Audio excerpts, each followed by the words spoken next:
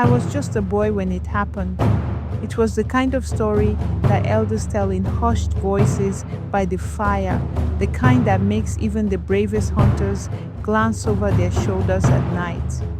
But I did not hear it from an elder. I lived it. It happened in my village, Ekondo, a place where the red earth was rich, where the river sang to us in the evenings, and where the great baobab tree stood at the center of everything. Our baobab was no ordinary tree. It was ancient, so old that even the oldest men in the village, those whose backs were bent like the curve of a calabash, swore that it had been there before their fathers were born. They called it Eyi Omu, the tree of voices. Some said it held the spirits of our ancestors.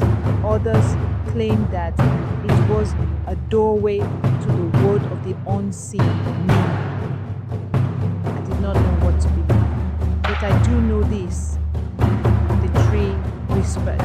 Not always, not to everyone. But if you stood beneath its wide branches on certain nights when the moon hung low and fat in the sky, you could hear it.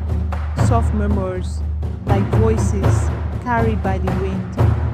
I heard it once and my life was never the same again. It was during the dry season when the air smelled of dust and roasting maize. The river had shrunk and the elders prayed for rain. That night, my friend Django dared me to go to the baobab alone. We had been sitting outside my grandmother's hut, chewing on roasted ground nuts. The village was quiet, except for the distant sound of women pounding millet and the occasional bark of a restless dog. Django nudged me. Tunde, he whispered. I heard the whispers last night. I scoffed. You're lying. His eyes were wide. I swear it on my mother's life. I was walking past and I heard someone calling my name. But when I turned, no one was there. I laughed, but it was a weak laugh. We both knew the stories. The tree did not just whisper, it called.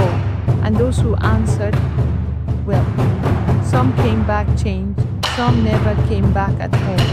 Django grinned. If you are not afraid, go stand under the tree for 5 minutes. I wanted to refuse. My grandmother always told me, a boy who plays with spirits will soon join them. But I could not let Django think I was a coward. So, with my heart pounding, I walked toward the baobab. The village was asleep, and the night was thick and heavy around me. The baobab loomed tall, its twisted branches stretching toward the stars. I stepped beneath its shadow, and I heard it. A voice, faint, like breath against my ear. Tunde. I froze. My blood turned to ice. It was not the wind. It was a voice that knew my name. I wanted to run, but my legs would not move. Tunde. It was clearer now, coming from inside the tree. I could hear it in my bones. Then I saw it. Something etched into the bark. Words that had never been there before. My fingers trembled as I reached out to touch them. Dig beneath me. My breath caught. The whisper stopped. The night was silent again. I stumbled backward and ran, the secret beneath the roots. The next day, I could not stop thinking about the message. I told no one, not even Django, but the tree's words weighed on me like a stone. That evening, just before sunset, I returned. This time, I brought a small digging stick. I hesitated only for a moment before pressing it into the dry earth beneath the baobab. I dug. And then, my stick hit something hard. I scraped away the dirt and found a bundle wrapped in old, rotting cloth.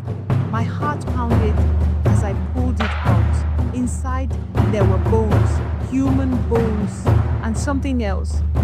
Something that made my stomach turn to water. A small rusted bracelet. I knew that bracelet. It had belonged to Kwaku. Kwaku had been a young man in our village. He had disappeared years ago, long before I was born. The elders had said he had run away. But his mother, his poor, heartbroken mother, always insisted that something terrible had happened to him. Now, staring at his bones beneath the tree, I knew the truth. Kwaku had never left. He had been buried here. The truth uncovered. I ran straight to my grandmother's hut, breathless and shaking.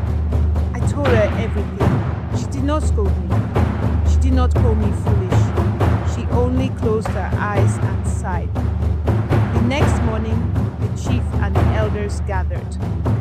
The whole village came to watch as the earth beneath the baobab was dug up properly. More bones were found. Not just Kwaku's, others, many others.